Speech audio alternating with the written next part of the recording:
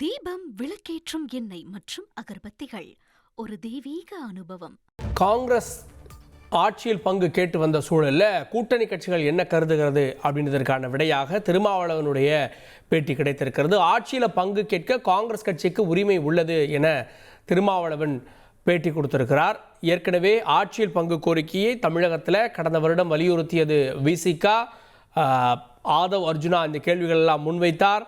விஜயும் இதை பற்றியெல்லாம் பேசினார். அப்போது விசிக மேலே ஆட்சியில் பங்கு கேட்குறாங்க அப்படின்ற விஷயங்கள் சொல்லப்பட்டது. இப்போது காங்கிரஸ் அதை வலியுறுத்தக்கூடிய சூழலில் விசிகவும் இதில் இணைந்து கொள்கிறதா, ஆட்சியில் பங்கை விசிகவும் கேட்கிறதா, காங்கிரஸ் கேட்பதற்கு உரிமை இருக்கிறது அப்படின்னா விசிகவுக்கும் அதே நிலைப்பாடா அப்படின்ற கேள்வியும் ஏற்பட்டிருக்கிறது.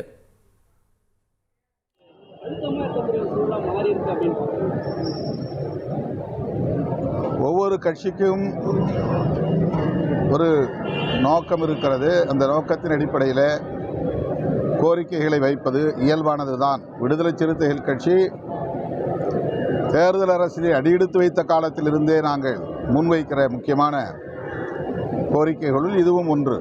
ஆட்சியிலும் பங்கு, அதிகாரத்திலும் பங்கு என்பது அதிகார பரவலாக்கத்தை வலியுறுத்தக்கூடிய ஒரு கோரிக்கை.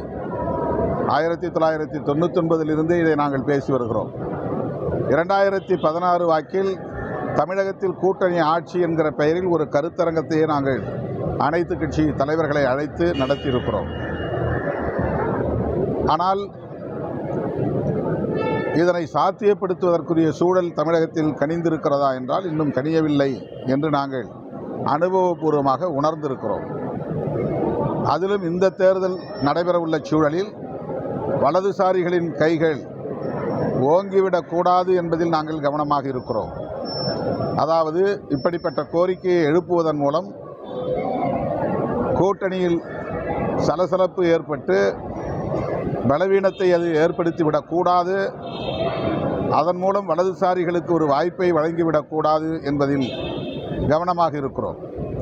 ஆகவே நாங்கள் இந்த தருணத்தில் இந்த கோரிக்கைக்கு அழுத்தம் கொடுக்கவில்லை. ஆனால் அந்த கோரிக்கையை நாங்கள் கைவிட்டு விடவில்லை. காங்கிரஸ் இப்படி ஒரு கோரிக்கையை வைக்கிறது என்று சொன்னால் காங்கிரசுக்கு அந்த உரிமை இருக்கிறது. அது கட்சிக்குள்ளே, கூட்டணிக்குள்ளே பேசி தீர்க்கப்படும். முதலமைச்சர் இது குறித்த விளக்கத்தை ஏற்கனவே தந்திருக்கிறார். தமிழ்நாட்டு அரசியல் சூழலுக்கு அது பொருந்தாது என்று சொல்லியிருக்கிறார்.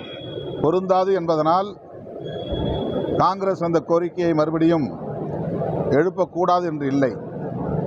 அப்படி எழுப்புவதனால் கூட்டணி இதனால் சிதறிவிடும் என்று பலரும் எதிர்பார்க்கிறார்கள். நான் நம்புகிறேன் காங்கிரஸ் திமுக கூட்டணியில் நீடிக்கும். அவர்கள் பேச்சுவார்த்தையில் இதை சுமூகமாக தீர்ப்பார்கள். முதலமைச்சரும் காங்கிரஸ் கட்சியை சார்ந்த முன்னணி பொறுப்பாளர்களும் உரிய நேரத்தில் பேச்சுவார்த்தை நடத்தி சுமூகமான தீர்வை காண்பார்கள் என்று நான் பெரிதும் நம்புகிறேன்.